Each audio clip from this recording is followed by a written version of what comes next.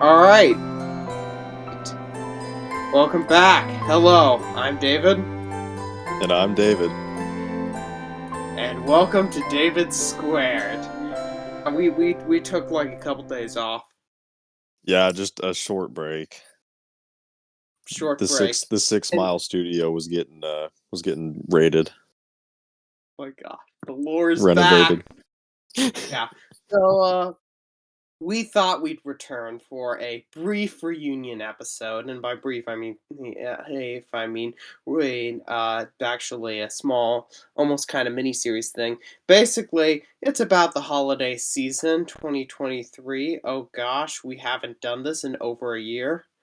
Um, hmm yeah, and yeah. This is also the first time we've like actually spoken, I think, since our last well, no, there was band junior year, but this is the last time we've spoken in about a year. So It this is yeah, kind it's of been a bit. yep. But today we have something special for you. We're going to be reading the classic Christmas story, A Christmas Carol, um, by whoever the heck wrote A Christmas Carol. Who was it? Charles Dickens, right? I knew that. Christmas Carol was kind of, I mean, that's the one with Scrooge in it. Uh, Kind of the big thing that kick-started the whole Christmas craze. It was a fairly minor holiday before then. Yep, a part of Uh, history.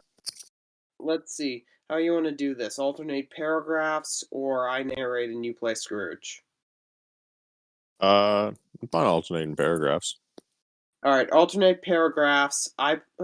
You play Scrooge. I play the other characters. Um, yeah. All right. Let's get into this. You got a Christmas Carol open. hmm All right. Zoom in to make sure everything's great. And here we go. I'll start. Stave one. That's how he called the chapters. Marley's ghost. Marley was dead to begin with. There was no doubt whatever about that. The register of his burial was signed by the clergyman, the clerk, the undertaker, and the chief mourner. Scrooge signed it, and Scrooge's name was good upon change for anything he chose to put his hand to. Old Marley was dead as a doornail. Mind, I don't mean to say that I know, of my own knowledge, what there is particularly dead about a doornail. I might have been inclined myself to regard a coffin nail as the deadest piece of ironmonty Iron, in the trade, ironmongery. ironmongery in the trade, but the wisdom of our ancestors in the s- simile, Yes, is in the simile. and my unhallowed hands shall not disturb it, or the courtries done for. You will Country's therefore done. countries done. I'm dyslexic. My bad. You will Okay, therefore permit me to repeat empathetically that Marley was dead as emphatically, a doornail. emphatically. We're professionals, I promise. Yeah, yeah. Nah, you good. Scrooge knew he was dead? Of course he did. How could it be otherwise? Scrooge and he were partners for I don't know how many years. He was his sole executor, his sole administrator, his sole assign, his sole as a Drari legatee, his sole friend and sole mourner. And even Scrooge was not so dreadfully cut up by the sad event, but that he was an excellent man of business on the very day of the funeral, and had solemnized it with an undoubted bargain. The mention of Marley's funeral brings me back to the point I started from. There is no doubt that Marley was dead. This must be distinctly understood, or nothing wonderful can come from the story I'm going to retell.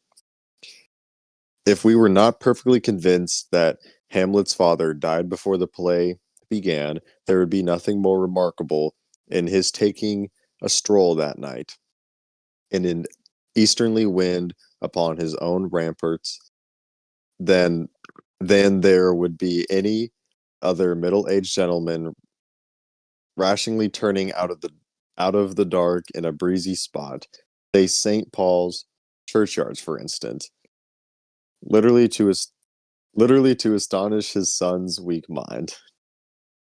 Scrooge never painted out old Marley's name. There it stood, years afterwards, above the warehouse door. Scrooge and Marley. The firm was known as Scrooge and Marley. Sometimes people knew who to the business called Scrooge, and sometimes Marley. He answered to both names.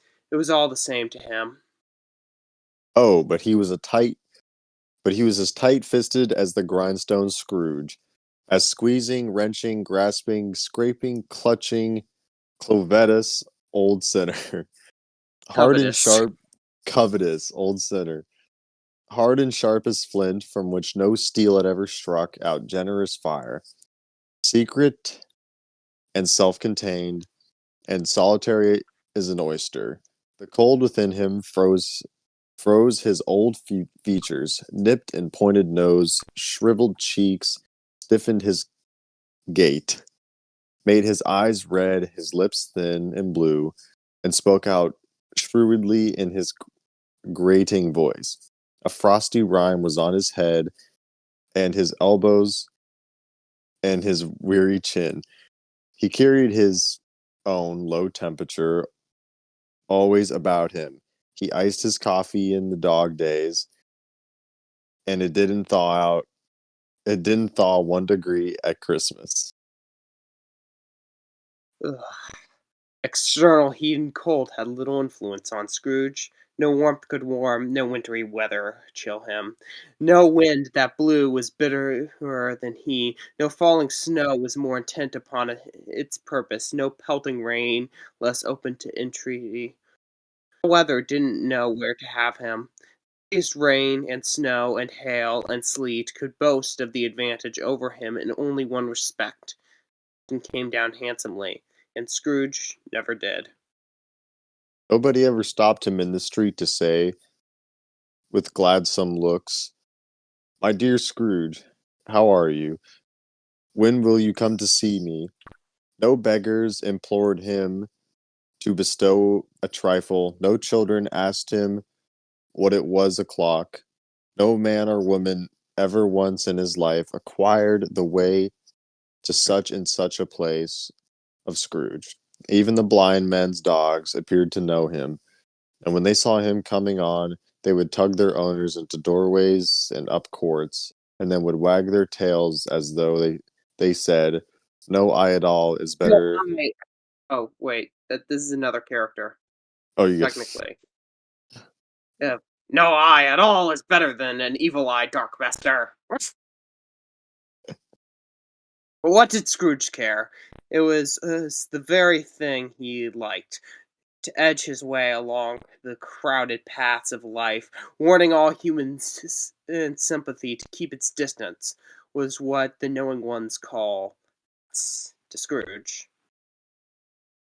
once upon a time, of all the good days in a year, on Christmas Eve, old Scrooge sat busying in his counting house. It was cold, bleak, bittery weather, foggy withal, and he could hear the people in the court outside go wheezing up and down, beating their hands upon their breasts, stamping their feet upon the pavement stones to warm them. The city clocks had only just gone 3, but it was quite dark already. It had not been light all day. The candles were flaring in the windows of the neighboring offices like ruddy smears upon the palpable brown air. The fog came pouring in at every kink and sheet hole that was so dense without that although the court was of the narrowest, the houses opposite were mere phantoms. To see the dingy cloud come drooping down, obscuring everything, one might have thought that nature lived hard by and was brewing on a large scale. I love that antiquated language. It's so hard to read. No, I'm sorry. Hey, Yeah, you want something that makes this look like Dr. Seuss. Read Red Badge of Courage. Red badge It's of courage. Yep, it's antiquated language, and then on top of that, they all the dialogue. They tried to imitate like a southern accent, so it's literally illegible. That's nasty. The door of Shouldn't have. Scrooge's counting house was open that he might keep an eye upon his clerk, who, in a dismal little cell beyond a sort of tank, was copying letters. Scrooge had a very small fire, but the clerk's fire was so very much smaller that it looked like one coal. Couldn't replenish it, for Scrooge kept the coal box in his own room, and so surely as the clerk came in with the shovel, the master predicted that it would be necessary for them to part.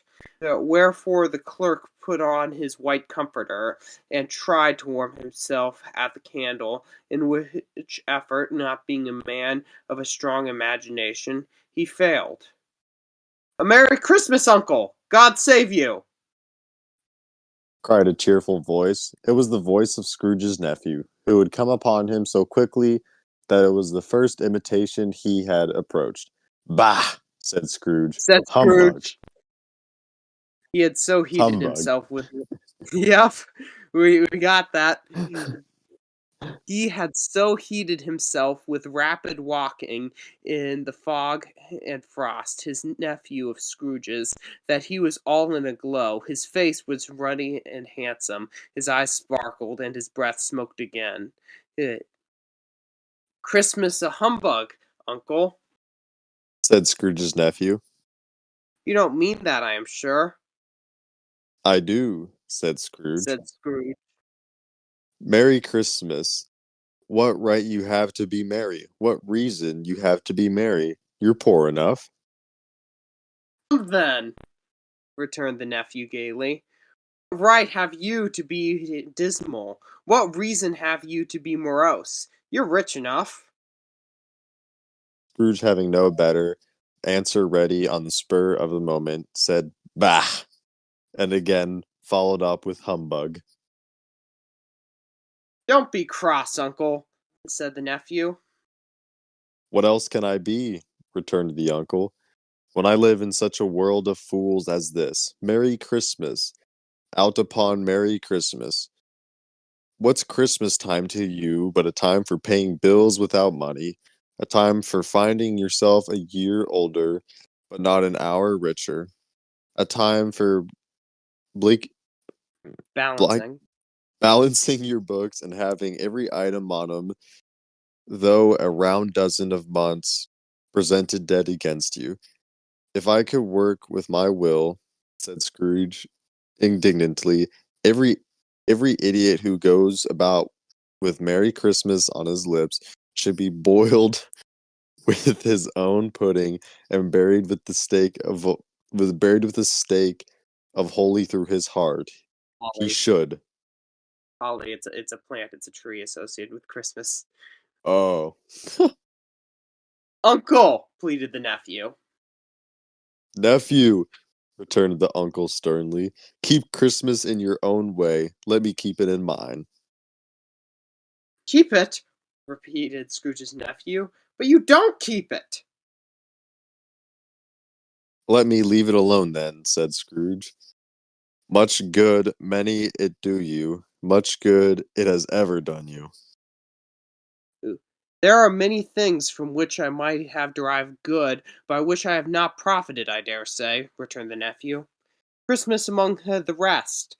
But I am sure I have always thought of Christmas time when it has come around, apart from the veneration due to its sacred name and origin, if anything belonging to it can be apart from that.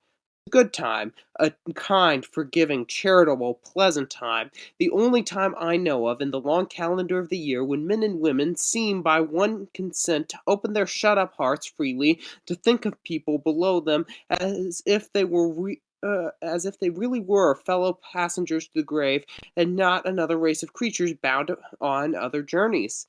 And therefore, uncle, though it has never put a scrap of gold or silver in my pocket, I believe that it has done me good, and it will do me good, and I say God bless it." The clerk The clerk in the tank involuntarily applauded. Becoming immediately sensible of the impropriety, he poked the fire and extinguished the last frail spark forever. Let me hear another sound from you, said Scrooge, and you'll keep your Christmas by losing your situation. You're quite a powerful speaker, sir, he added, turning to his nephew. I wonder why you don't go to Parliament. Don't be angry, uncle. Come, dine with us tomorrow. Scrooge said that he would see him. Yes, indeed he did. He went the whole length of the expression. He said that he would see him in that extremity first. But why? Cried Scrooge's nephew. Why? Why did you get married? Said Scrooge. I fell in love. Because you fell in love, growled Scrooge, as if they as if that were the only thing in the world more ridiculous than a Merry Christmas. Mm. Good afternoon. Nay, uncle, but you never came to see me before that happened. Why give it as a reason for not coming now? Good afternoon, said Scrooge. I want nothing from you. I ask nothing of you. Why cannot we be friends? Good afternoon, said Scrooge. I am sorry, with all my heart, to find you so resolute. We have never had any quarrel to which I have been a party, but I have made the trial an homage to Christmas, and I'll keep my Christmas humor to the last. So, Merry Christmas, Uncle, Good afternoon, said Scrooge. and a Happy New Year!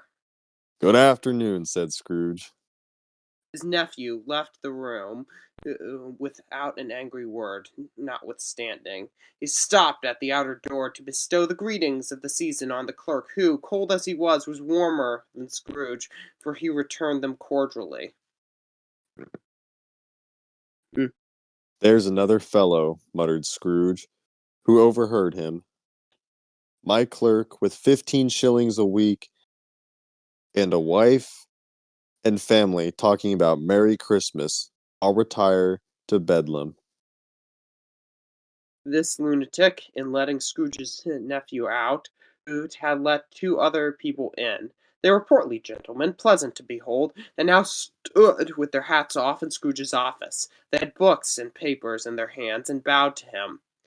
"Scrooge and Marley's, I believe," said one of the gentlemen, referring to his list. "Have I the pleasure of addressing Mr. Scrooge or Mr. Marley?"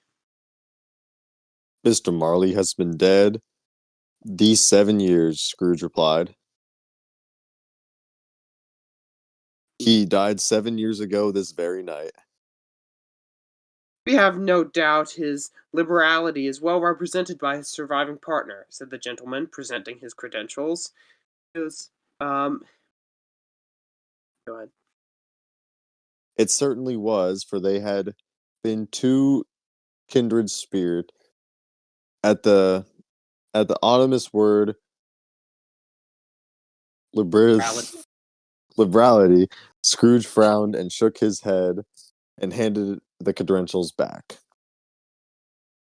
"At this festive season of the year, Mr. Scrooge," said the gentleman, taking up a pen, "it is more than usually desirable that we should make some slight provision for the poor and destitute, who suffer greatly at the present time. Many thousands are in want of common necessities. Hundreds of thousands are in want of common comforts, sir." Are there no prisons? Asked Scrooge. "Plenty of prisons," said the gentleman, laying down the pen again. And the union workhouses? Demanded Scrooge. Are they still in operation? "There are, still," returned the gentleman. "I wish I could say they were not." The treadmill and the poor law in full vigor, then, said Scrooge. "Both very busy, sir." Oh, and I was afraid from what you said at first that something had occurred to their stop them in their useful course, said Scrooge. I'm very glad to hear it. under the impression that they scarcely furnish Christian cheer of mind or body to the multitude, returned the gentleman, a few of us are endeavoring to raise a fund to buy the poor some meat and drink and means of warmth. Choose this time because it is a time of all others when want is keenly felt and abundance rejoices. What shall I put you down for? Nothing, Scrooge replied. You wish to be anonymous? I wish to be left alone, said Scrooge. Since you ask me what I wish, gentlemen, that is my answer. I don't make merry myself at Christmas. I can't afford to make idle people merry. I help to support the establishments I have mentioned. They cost enough. And those who are badly off must go there. Can't go there, and many would rather die. If they would rather die, said Scrooge, they had better do it and decrease the surplus population. Besides, excuse me, I don't know that. But you might know it, observed the gentleman. It's not my business, Scrooge returned. It's enough for a man to understand his own business and not to interfere with the other people's. Mine occupies me constantly. Good afternoon, gentlemen. Seeing clearly that it would be useless to pursue their point, the gentleman withdrew. Scrooge resumed his labors with an improved opinion of himself, and in a more facetious temper than was usual with him. Meanwhile, the fog and darkness thickened, so that people ran about with flaring links, proffering their services to go before horses and carriage and conduct them on their way. The ancient tower of a church, whose guff old bell was always peeping slightly down at Scrooge through a Gothic window in the wall, became visible and struck the hours and quarters in the clouds with tremendous vibrations afterwards, as if its teeth were chattering in its frozen head up there. The cold became intense. The main street at the corner of the court, some laborers were repairing the gas pipes and had lighted a great fire in a brazier, round which a party of ragged men and boys were gathered, warming their hands and winking their eyes before the blaze of rapture. The water plug, being left in solitude, its overflowing suddenly congealed and turned into a mistrophic ice. The brightness of the shop. A what? Misanthropic. It's misanthropic ice. I think it Mi- means human hating. oh, okay. Misanthropic ice. The brightness of the shops where holly springs and berries crackled in the lamp heat of the windows made pale faces ruddy as they passed. Poultiers and grocers' trades became a splendid joke, a glorious pageant with which was next to impossible to believe that such dull principles as bargain and sale had anything to do.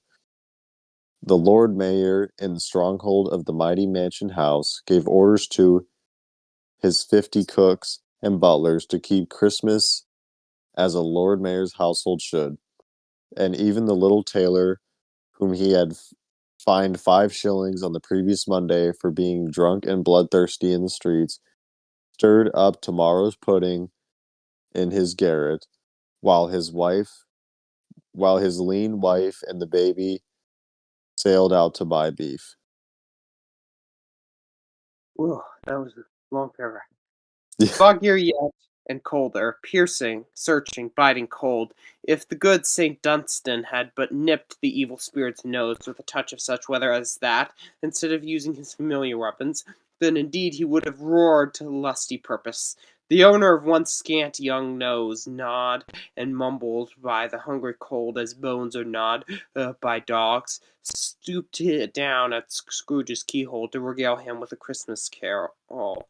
Oh, but at the first sound of "God bless you, merry gentlemen, may nothing you dismay," Scrooge seized the ruler with such energy of action that the singer fled in terror, leaving the keyhole to the fog and even more congenial frost.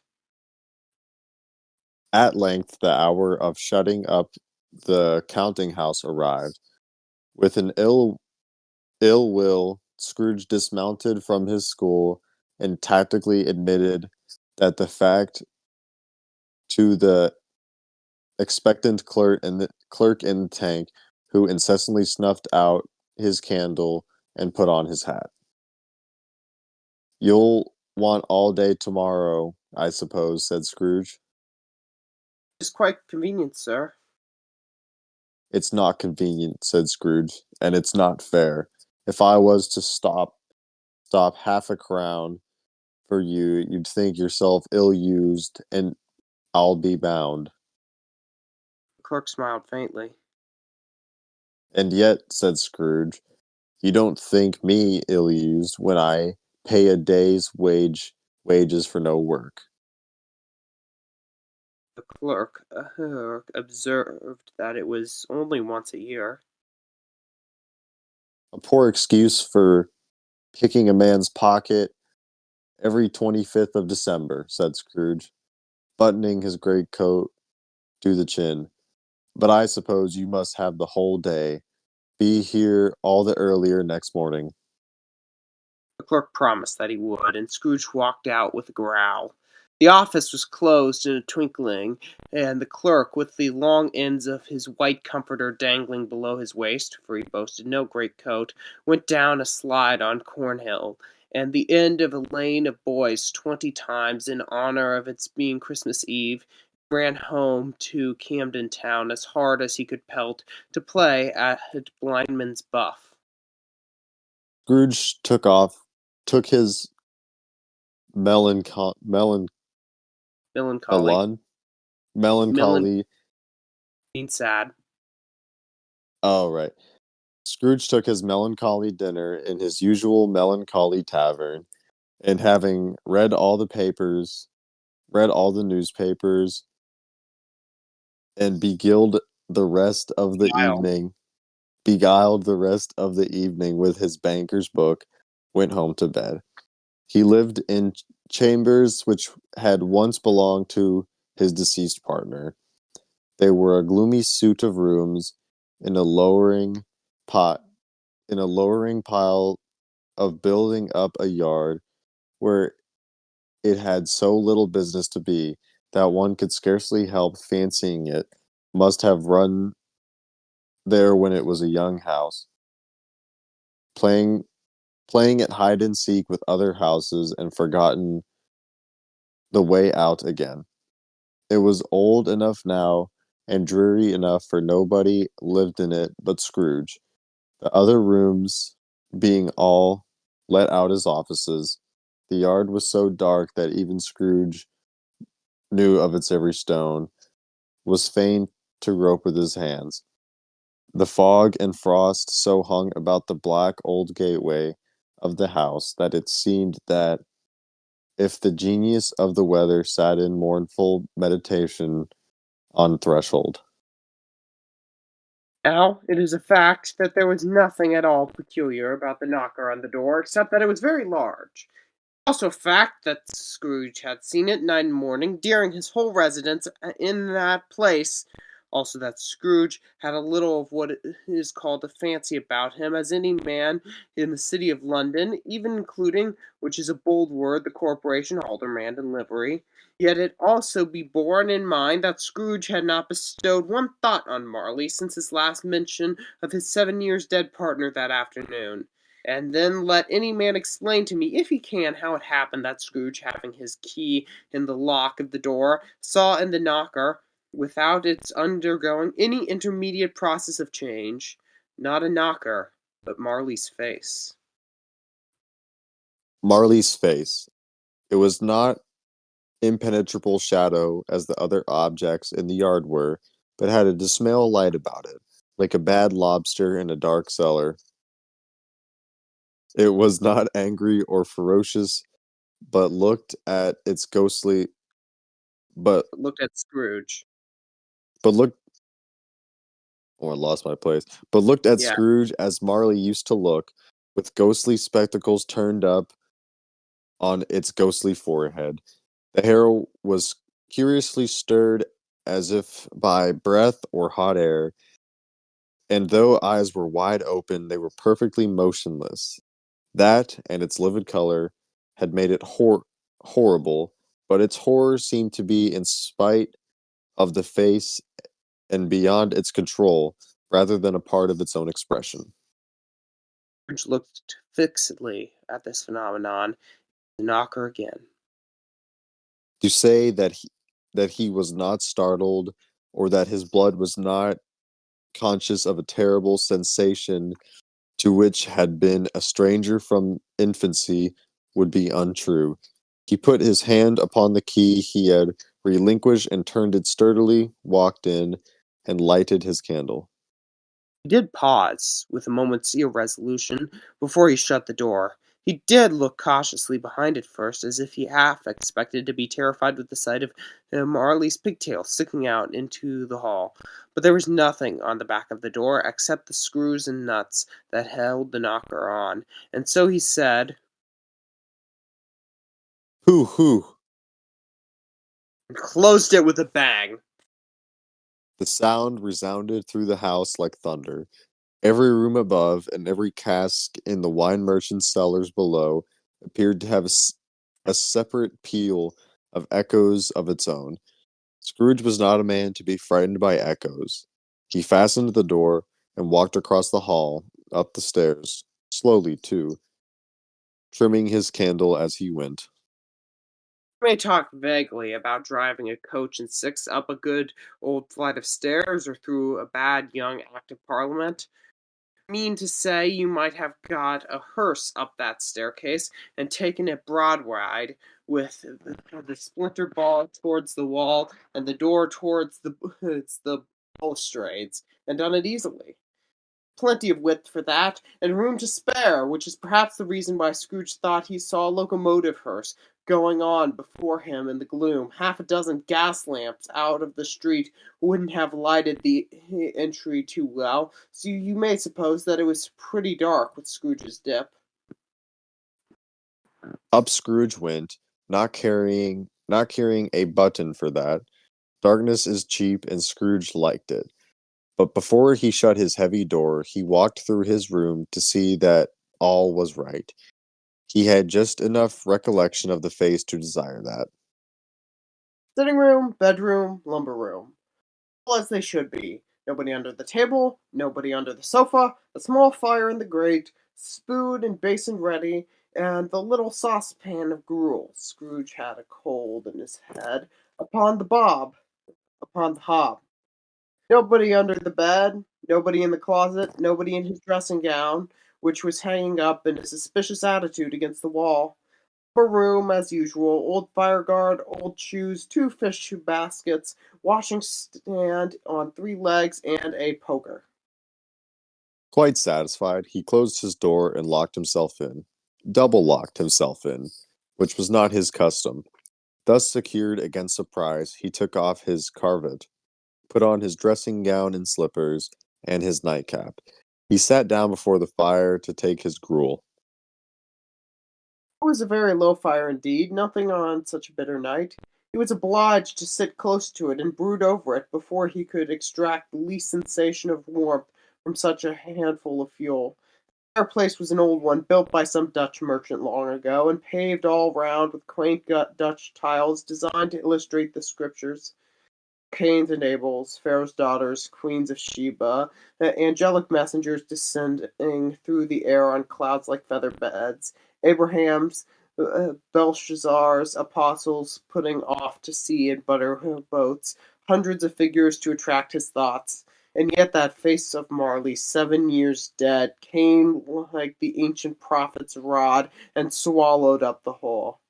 If each smooth tile had been blank at first, with the power to shape some picture on its surface from the disjointed fragments of his thoughts, there would have been a copy of old Marley's head on every one. Humbug, said Scrooge, and walked across the room. After several turns, he sat down again. As he threw his head back in the chair, his glance happened to rest upon a bell. A bell, a discussed bell that hung in Disused. the a disused bell that hung in the room and communicated from some purpose now forgotten, with a chamber in the highest story of the building.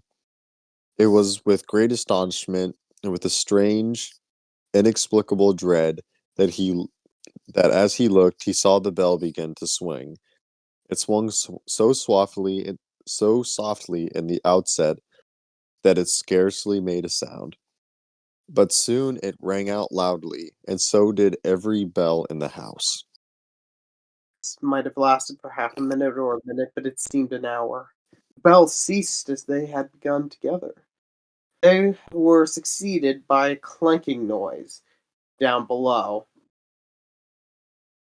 as if some person were dragging a heavy chain over the casks in the wine merchant's cellar. Scrooge then remembered to have heard that ghosts in haunted houses were described as dragging chains.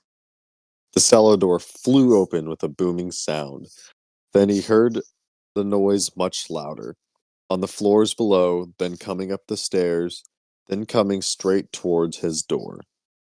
It's humbug still, said Scrooge. I won't believe it. See, keep going a little. There's some Scrooge dialogue in the next paragraph. Oh, okay. His color changed, though, when, without a pause, it came on through the heavy door, and passed into a room before his eyes. Upon its coming in, the dying flame leaped up, as though it cried, I I know know, him. Marley's ghost. It fell again. and Sorry, fell it wasn't again. dialogue. It was the flame, I guess, That's personified. Uh, The same face, the very same. Marley in his pigtail, usual waistcoat, tights and boots, the tassels on the latter bristling like his pigtail and his coat skirts, and the hair upon his head. The chain he drew was clasped around his middle. It was long and wound about him like a tail, and it was made, Scrooge observed it closely, of cash boxes, keys, padlocks, ledgers, deeds, and heavy purses wrought in steel. His body was transparent, so that Scrooge, observing him and looking through his waistcoat, could see the two buttons on his coat behind. Scrooge had often heard it said that Marley had no bowels, but he had never believed it until now. no, nor did he believe it even now.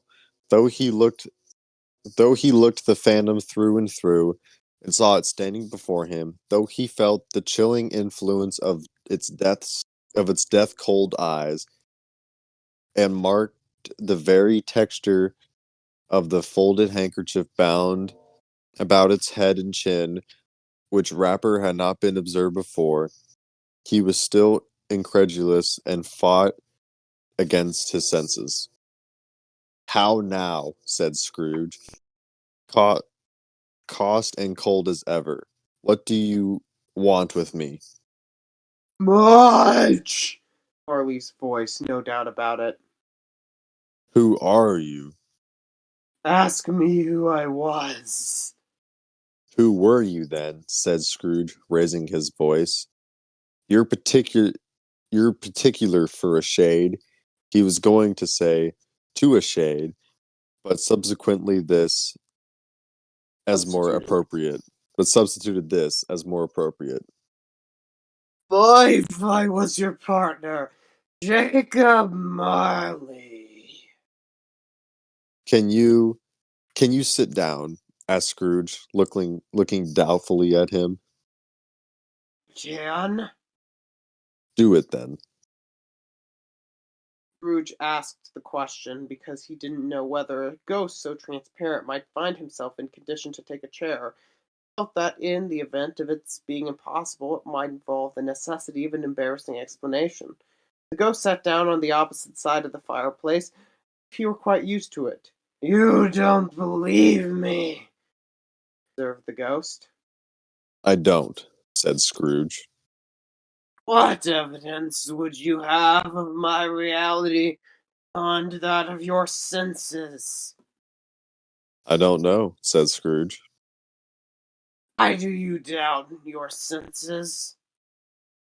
Because, said Scrooge, a little thing affects them. A slight disorder of the stomach makes them cheats.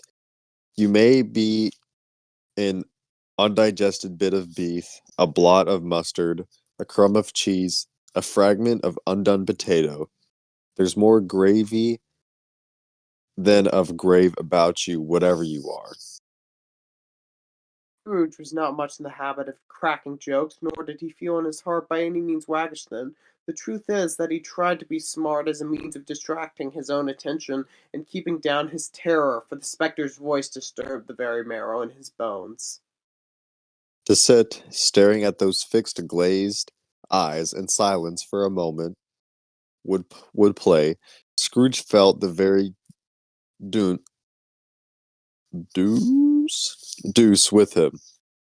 There was something very awful too, in the specters being provided with an infernal atmosphere of its own. Scrooge could not feel it himself, but this way clearly the case, for though the ghost sat perfectly motionless, its hair and skirt and tassels were agained as by the hot vapor from an Agitated, oven. still agitated by the hot vapor from an oven. Ah, Well, agitated. as by the hot vapor from, if it were, yeah, by the hot vapor from an, yeah, we got it. You see this toothpick? Said Scrooge, returning quickly to the charge. For the reason I just assigned, and wishing, though it were only for a second, to divert the vision's stony glades from himself. I do. What, the ghost? But you are not looking at it, said Scrooge. But I see it. Ghost notwithstanding. Well, returned Scrooge, I might have but to swallow this, and be for the rest of my days persecuted by a legion of goblins, all of my own creation. Humbug, I tell you, humbug. The spirit raised a frightful cry and shook its chain with such a dismal and appalling noise that Scrooge held on tight to his chair to save himself from falling in a swoon. How much greater was his horror when the phantom taking off the bandage round its head, as if it were too warm to wear indoors. Its lower jaw dropped upon its breast. Scrooge fell upon his knees and clasped his hands before his face. Mercy, he said. Dreadful operation. Apparition? Why do you trouble me? Man of the worldly mind, replied the ghost, you believe in me or not? I do, said Scrooge. I must. But why do spirits walk the earth? And why do they come to me? It is required of every man, the ghost returned, that the spirit within him should walk abroad among his fellow men, and travel far and wide, and if that spirit goes not forth in life, it is condemned to do so after death.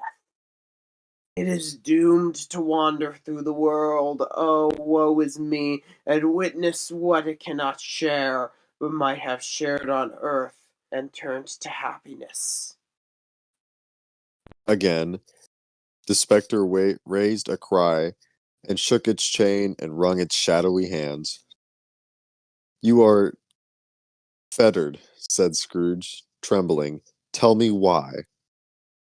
I wear this chain I forged in life, replied the ghost. I made it link by link, and yard by yard, girded it on of my own free will, and of my own free will I wore it. This pattern strange to you? Scrooge trembled more and more. Or would you know, the ghost, that the weight and length of the strong coil you bear itself yourself, it was full as heavy as long as this 7 Christmases ago. Labored on it since. It is a ponderous chain. Scrooge glanced about him on the floor in the expectation of finding himself surrounded by some 50 or 60 phantoms in iron cable, but he could see nothing. Jacob, he said imploringly, old Jacob Marley, tell me more. Speak comfort to me, Jacob. I have none to give, Ghost replied. It comes from other regions, Ebenezer Scrooge, and is conveyed by other ministers to other kinds of men. Nor can I tell you what I would. Very little more is all permitted to me. Cannot rest. I cannot stay. I cannot linger anywhere. My spirit never walked beyond our counting house, mark me, and like my spirit never roved beyond the narrow limits of our money-changing hole, and weary journeys lie before me. It was a habit with Scrooge, whenever he became thoughtful, to put his hands on his breeches pockets, pondering on what the ghost had said. He did so now, but without lifting his eyes or getting off his knees. You must have been very slow about it, Jacob, Scrooge observed, in a businesslike manner, through with humility and defense. Difference. Slow? The ghost repeated. 7 years dead, mused Scrooge, and traveling all the time. Full time, said the ghost. No rest, no peace, incessant torture of remorse. You travel fast, said Scrooge. On the wings of the wind, replied the ghost. You might have got over a great quantity of ground in 7 years, said Scrooge.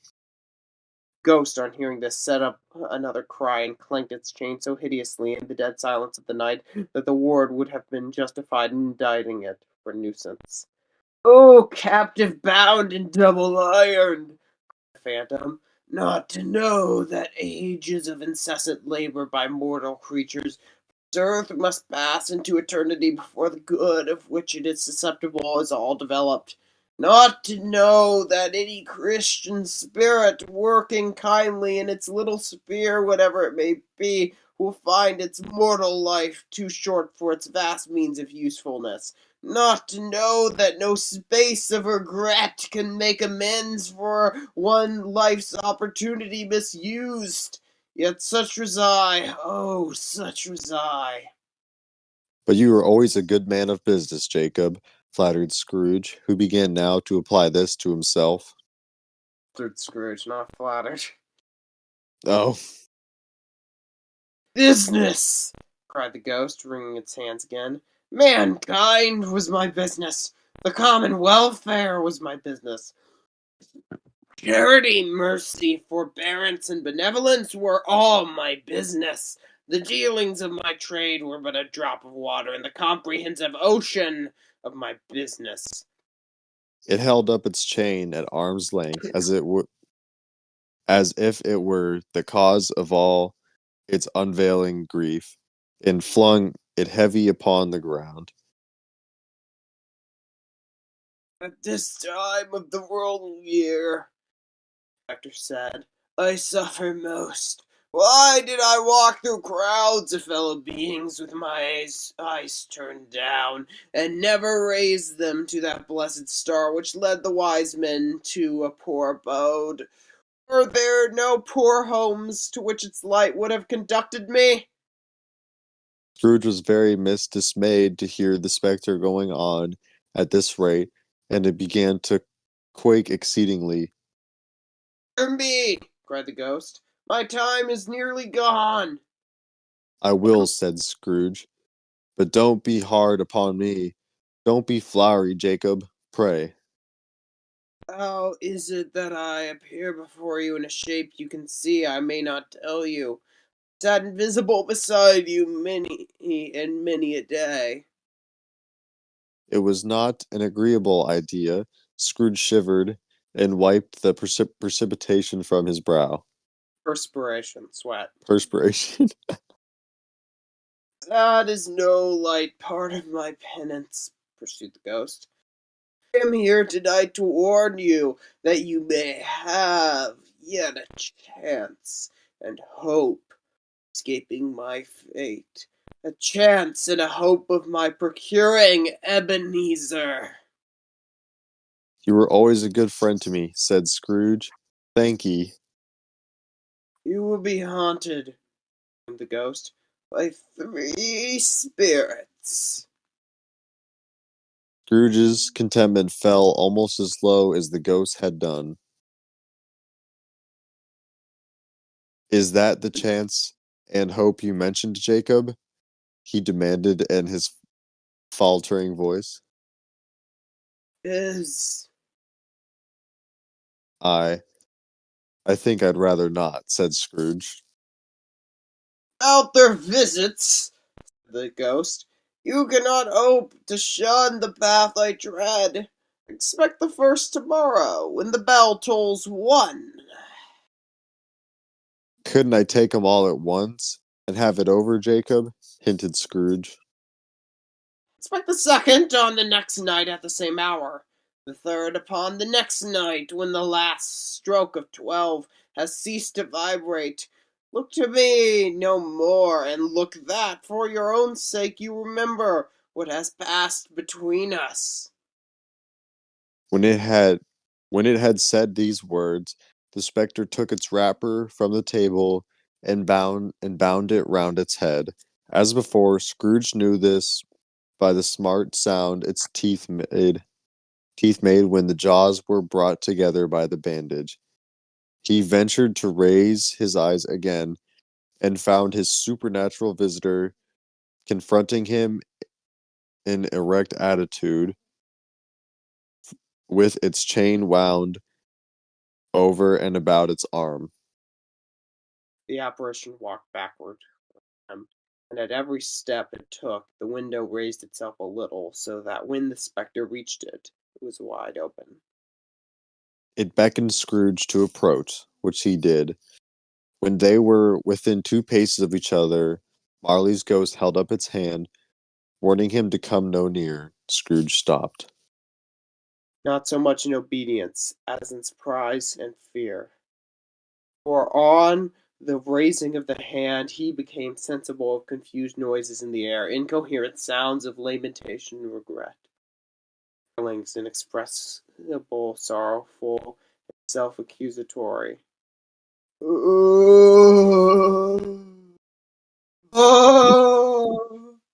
spectre, after listening for a moment, joined in the mournful dirge and floated out upon the bleak dark night.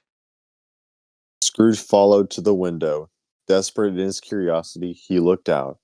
The air was The filled with phantoms, oh, sorry, wandering hither and thither in restless haste, and moaning as they went. Every one of them wore chains like Marley's ghost. Some few, though they might be guilty governments, were linked together, none were free. Many had been personally known to Scrooge in their lives, been quite familiar with one old ghost in a white waistcoat with a monstrous iron safe attached to his ankle, who cried piteously at being unable to assist a wretched woman with an infant, whom it saw below upon a doorstep. The misery with them all was clearly that they sought to interfere for good in human matters, and had lost the power forever. whether these creatures faded into mist or mist enshrouded them, he could not tell. But they and their spirit voices faded together, and the night became as it had been when he walked home. Scrooge closed the window and examined the door by which the ghost had entered. It was double locked, as he had locked it with his own hands, and the bolts were undisturbed. He tried to say, Humbug. stopped, the first syllable. Being, from the emotion he had undergone, or the fatigues of the day, or his glimpse of the invisible world, or the dull conversation of the ghost, or the lateness of the hour, much in need of repose, went straight to bed without undressing, fell asleep upon the instant. That is stave one of A Christmas Carol. Whew, I know. some hard words. I know. Story though, I really like this one. To me, It's a good I like story. yeah, I like how funny it is at moments sometimes when he's like, "Are there no prisons and poorhouses?" It's Well, like, if they're gonna bro, die, what? they might as well get on with it. Oh man, Scrooge is really fun. I mean, you know that this impacted like a bunch of Christmas stories for years to come. I mean, The Grinch took inspiration from this. So did It's a Wonderful Life. If you've ever seen that movie, um, Yeah, I mean, it makes sense. He's like such a terrible person. I know, I know. Uh, I know. You ever seen a Christmas Carol adaptation? I don't know if I have. Ooh. I hear the Muppet one is pretty good. It has, dude, I'm blanking on his name. The old British guy Christopher Nolan puts in all his movies. It is. Let me see if I can. Uh, Michael Caine, right? Yeah. Uh, he plays Scrooge in that. I also know that there's a recent one that came out that's a loose adaptation of it called Spirited, um, which is a musical starring Will Ferrell and Ryan Reynolds. That's a pretty good one. But yeah, I watched the Disney one ages ago, but the original book I quite like because it's a relatively short read. You know, it's a novella more than a novel. And I don't know, it's spooky, it's fun. Yeah, I'm excited. Maybe we can do the other chapters sometime. Yeah, maybe we can. Now that I think about it, the I think I've seen like one animated version, and I think there's one with like cartoon ducks that I've seen. The cartoon duck. I don't know what the animated version would have been if it wasn't the cartoon ducks. Essentially, the cartoon ducks one, they made Donald the nephew. They made Nicky Bob Cratchit the clerk from the first chapter. I forget who Marley was supposed to be in that. I know that Scrooge was Scrooge McDuck. I forget if he hates DuckTales or if DuckTales like took the character from that short. I know that they like used the giant from the Disney ones. I want to say as the ghost of the present. I'm forgetting Pete. Pete was the cat was one of the goats, not Pete the cat from the children's book. Pete the cat from Disney. I'm Hmm. forgetting who all the ghosts were, but yeah, that was all right. I I gotta watch the Muppet one at some point because that one I hear is really good. But oh shoot, do you remember what our outro is? Oh no, I don't. I One, don't. one sec, I'm gonna pull up. I'm gonna pull up. We're professionals, I promise. Um, Pull up the I'm gonna archives. yeah, I'm gonna pull up the archives and see what our outro was. One second. Um, oh, I remember that. Do you remember that? Oh, I didn't get to hear it. Insert catchphrase here. Yes. I know. You wanna do it? Uh, let's see here. Thanks for listening to the show. I'm David. And I'm David. This has been David Squared. And until next time, Insert catchphrase here.